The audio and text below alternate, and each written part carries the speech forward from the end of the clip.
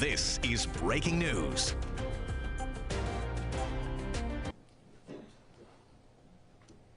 All right. First, I'd like to thank you guys all for coming out tonight and helping us get this message out of the investigation that we have. Before we start, I just want to introduce First Selectman Jen Tooker, Deputy Chief Ryan Paulson, Fire Chief Nick Marsan, Assistant Chief Matt Cohen, Fire Chief Fody Kaskinas, Director of EMS Mark Hartog, and Paramedic Rick Baumblad. These are just some of the guys that we had helping us today for this incident. Now, I'm going to call up the chief in a minute to discuss the incident as a whole, but we have to understand that this is an active investigation, and we do not have all the answers currently that you may have. We have a lot of them, and we're narrowing down what happened out there. But it is an active investigation, and we are sensitive to some of the information that we have. We may not be releasing at this time, but. At the end of the press, we're going to have any questions you guys may have, and we'll go from there. So at this time, I'd like to call up Chief Fody Kaskinas. Good evening, everybody. Thank you for coming on short notice. This was a very serious incident with an incredibly good outcome, which we're very fortunate, and the families are fortunate. We'll go through some of the details. We do have representatives from the fire department and our EMS that will be able to answer some questions for you. Additionally, we will be doing a follow-up to this, but it's going to be in a press release form. It's not going to be another press conference. So earlier this evening, approximately 5:06 p.m., Westport Police, Westport Fire Department, and Westport EMS responded to Copple Beach on a report that there were numerous people in the water after a boat they were operating capsized. Responding units found a chaotic scene of youth swimming to shore. Some of them were arriving by boat, some were swimming, some were still in the water between Copple Beach and Bikini Island. First responders immediately began providing care to those individuals who were on shore and coordinating the recovery of people in the water. As you can imagine, there's a total of 29 people that were not aware how many were initially involved. While accounting for and locating all people involved, medical care was provided and 2 individuals were transported to a local hospital for treatment. At this time, the initial investigation indicates that 3 rowing sculls and 1 chase boat launched from Saugatuck Rowing Club a little before 5 p.m. Each rowing scull is approximately 60 feet, and it holds 9 rowers, in this case ranging from age 14 to 18, all males. While the chase boat was operated by their coach, when the boats reached the area of Bikini Island, the weather began to change. The rowers attempted to return to the rowing club. The rowing sculls began to take on water, causing 2 of them to capsize, throwing 18 individuals in the water. These individuals swam to the chase boat and began to hang on to the side of the boat, which caused the chase boats to sink as well. Another chase boat from the rowing club arrived on scene and began to shuttle people to Copple Beach Marina. At the time of this incident, the air temperature was approximately 40 degrees and the water temperature was 44 degrees. In total, there were 29 people from the rowing club that were involved in this incident. The following agencies assisted Westport Emergency Services with this incident: the Fairfield Police Marine Unit, the Stanford Police Marine Unit, Norotan Fire Department, Norwalk Police Marine Division, Norwalk Fire Department Marine Division, and the U.S. Coast Guard. The following emergency medical services provided a combined of 8 ambulances and 20 personnel: Norwalk Hospital, American Medical Response, Darien EMS, and 3 ambulances from Westport EMS. The Westport Board of Education immediately assisted us by sending a bus down so we can actually put the victims in a bus and warm them up and keep accountability of who had recovered. Look, this was truly an incredible team effort by all, by the coaches that were involved from the rowing club and by all the first responders. And as an organization and speaking for all of our emergency services, I couldn't be more proud of the work that was done out there. But what's most important is that all 29 people that left the rowing club are safe with their families. That's the most important thing here. I will turn it over to Deputy Chief Nick Marsan. And I don't want him to be too modest, because if it wasn't for the work that Assistant Chief Matt Cohen taking initial command and creating a command post and really taking everything into account, this would not be what it turned out to be. So I will turn it over to Deputy Chief Nick Marsan. Thank you.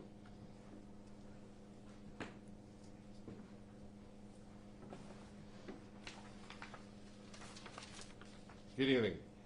Westport Fire Department units were dispatched at approximately 5:08 p.m. With reports of boaters in distress, a boat taken on water, and reports of multiple people in the water. Fire units responded with 3 engines, our rescue truck, Marine 6, and the shift commander. An additional engine was then called with dive-trained fire personnel who were added to the call. Based on the initial reports, assistance was requested from neighboring Marine units, from neighboring municipalities, as well as the U.S. Coast Guard. A staging area was set up for incoming units, and a command post was established, unified command with Incident Commander Assistant Chief Matt Cohen with the fire department. Upon arrival, the fire department observed people beginning to swim to shore. Resources were deployed to assist immediately and evaluate those people swimming in. Marine units were deployed out with the priority of victim rescue. Multiple people were retrieved by various Marine units. Westport FD's Marine 6 brought in six people at the initial phase of the call. Area hospitals were also put on alert, asked to notify us if any people arrived via self-transportation, and also to prepare for a potential mass casualty incident. While initial reports began with up to 25 people in the water, that count went up to 29 people in the water after confirming with the vessel owners. Units were assigned as victim accountability officers to manage the number and match people to the confirmed list of people involved. The fire department assisted with EMS in patient management and control, and final head counts and name matches were performed by several people in order to verify that all people were accounted for. Westport FD also then at that time began to set up a joint reunification point and assisted with family reunification at the Saugatuck Rowing Club. And all families were requested to report to that location in order to be reunited with their family. Thank you. I will turn it over to our first selectwoman, Jen Tooker, to say a few words. And just please understand that because of the sensitivity of the investigation, I will filter the questions and either have EMS or the fire department respond if it's not going to have any kind of impact as we proceed with our investigation. So Jen Tooker, our first selectwoman. Thanks, Chief. I guess first I want to start my comments with just as a mother of 3 and a mother of 3 athletes, I can't imagine the range of emotions that these athletes and their families are feeling. And on behalf of Second Selectwoman Andrea Moore, who is not with us tonight, but has a rower, or had a rower at Saugatuck Rowing Club, on behalf of both of us, we just want to say we hope that all the families, all the kids, all the athletes are reunited and are feeling safe and are feeling well taken care of. That's the most important thing tonight. My second message is I want to say thank you to this amazing leadership team that stands behind me. We are so blessed with a professional group of first responders here in Westport.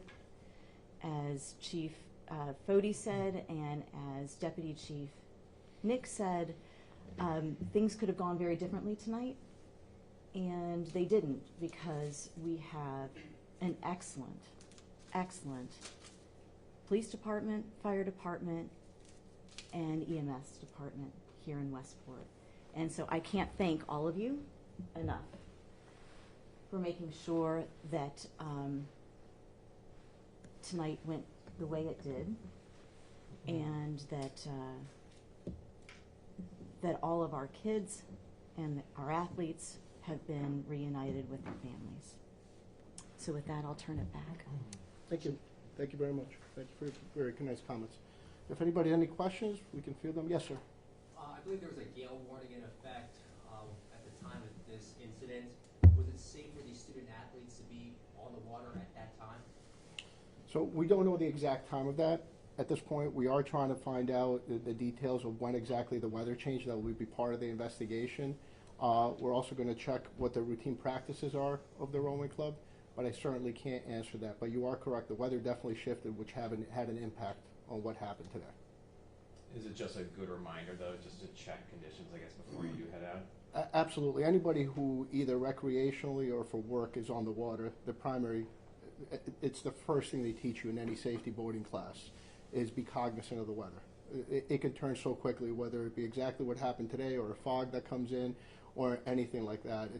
There's two things. Be prepared with the proper equipment and be cognizant of the weather conditions. Speaking of the proper equipment, did they have life preservers? Did they have all that, anything like that? So as that will be part of the investigation, there were victims coming out with life preservers. We can't tell you how many of them had it. That's part of the investigation at this point. We have at this point seized whatever we think is going to be used as evidence and when I say evidence, please understand, this is not going to be, at this point, we're not looking for punitive or violations of the law. And it could very be that that's the case. This is how do we prevent this from ever happening again?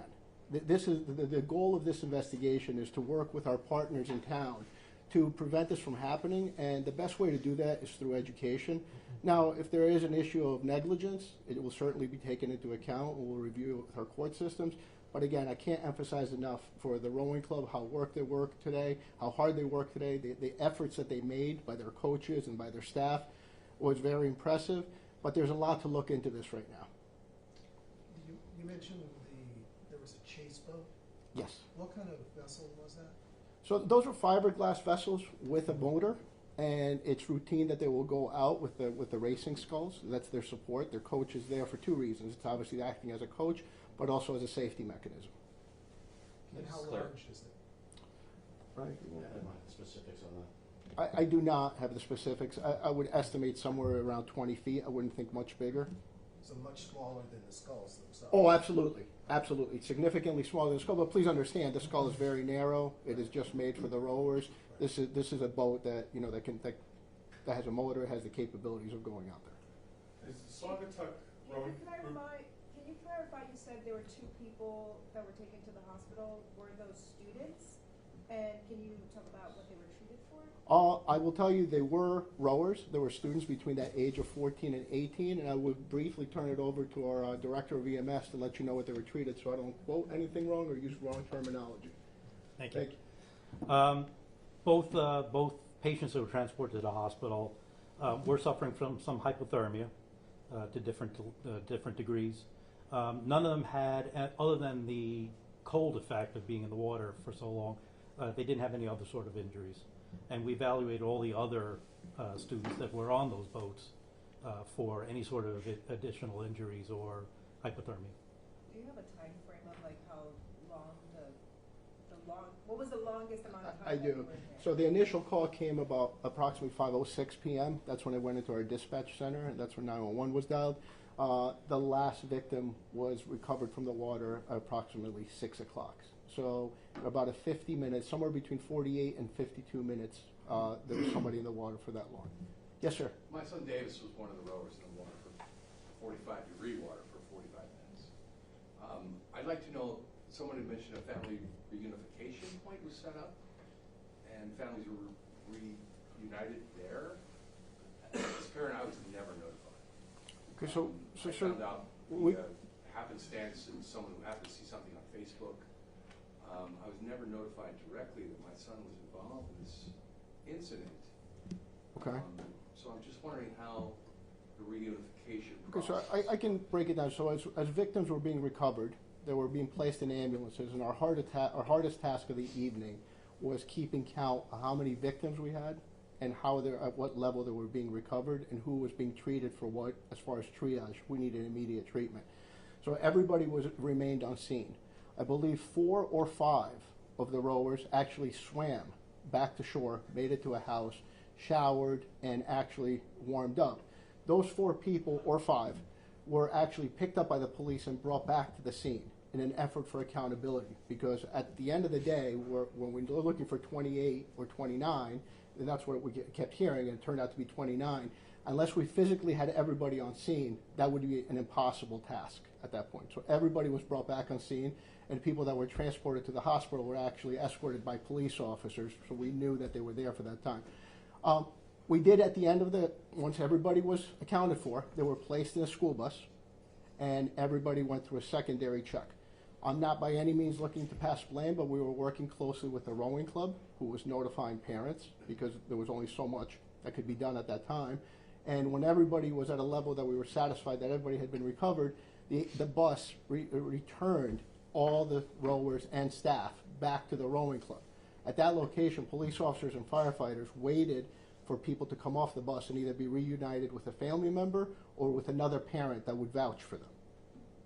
And that's how the events took place as far as the reunification and going back to the rowing club. Okay, so just to be clear, you guys were great. Your first responder, really appreciate your effort. But the Westport Police Department, Coast Guard, all the other first responders had nothing to do with communicating with the parents at all, directly, in the unification. There were quite a few parents on scene, sir, that we tried to communicate directly to avoid the chaos or misinformation getting out to other parents. We've learned the hard way that if we don't communicate with the parents on scene or family that shows up on scene, the misinformation or disinformation or social media can create crisis for the parents that aren't on scene. So again, I apologize if we didn't get directly with every individual parent. The goal was to make sure we had 29 people back and that we returned all of them together back to the rowing club and working with them to make sure the parents.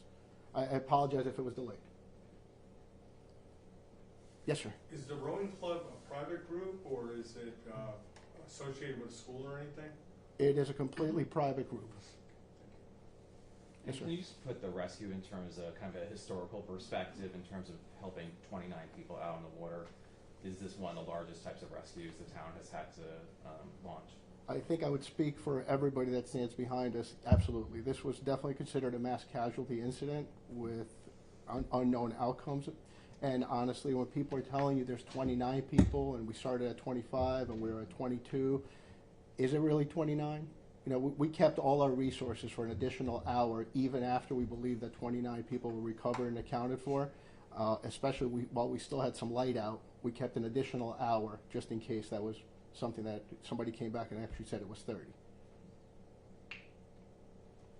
I didn't even try for an interview. You guys were all over the place. No, we appreciate it. It was, when I say it was a managed, chaotic scene, that's the best way. There's obviously a lot of emotion. It's an open area. It's difficult to manage access of both parents, the media, all the first responders. There's people self-responding.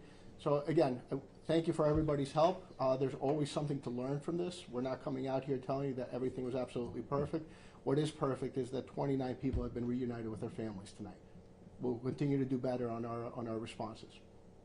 Do you know where the first calls came in from? Were they from citizens or the rowing club, or do you know? We had dispatch reports that were coming from 911 calls from the actual incident on the water. So the first calls were actually from someone who reported that they were on a capsized boat and in the water. And then another call came from someone, I don't know if it's the same person, but another 911 call came in to the regional dispatch center from someone else on the water, or the same person, again, saying that they were on a capsized boat and that there were people in the water. And just for clarification, how many student athletes and how many adults? 27 student athletes, 2 coaches. And can you just clarify what body of water we're talking about? This is the Long Island Sound. It's the area between Campo Beach area and Kakini Island. And it was sunny an hour before that, because I live in this area. It was overcast at the Yeah. time. The sun actually came out and Yeah. it became very bright near the termination of our incident. But it turned on a dime. It absolutely did. Yes, sir. Fabrication. So you guys mentioned that 6 of the rowers were pulled out of the water by either the Coast Guard or Westport Police, Marine Police? The Westport Marine Police, yes. But also 6 were pulled from the Westport Fire Department on their inflatable boat. That was the first boat that was launched, was the inflatable boat from the fire department. And they were taken to Campo Beach? So the Marine Division, our Marine Division, the police boat went to Campo Beach. It's very difficult to beach a boat, and we don't want to create damage as long as everybody's safe on board. And it's a heated boat; it's warm. The fire boat actually beached their inflatable and brought them right into Campo Beach where the ambulances were.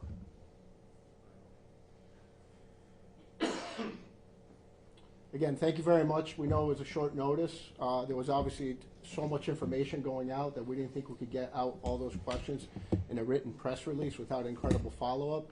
So again, thank you for your support. A lot of the media is important to us, because if this was something that were dragged on or went into the next day or a few more hours, as always, we'd be looking for your assistance in messaging and getting the information out. So we thank you for being our partners. Yes, sir. Is the chase boat at the bottom of the town? I believe, well, there were two of them. One definitely made it back, and I believe the second one has been brought to Campo Beach, to Campo Marina. Again, thank you, and if there's more information, Lieutenant Woods, our public information officer, will follow up, and he will be taking any further questions. Again, thank you very much for taking the time at such a short notice. Thank you. Thank you. This is breaking news.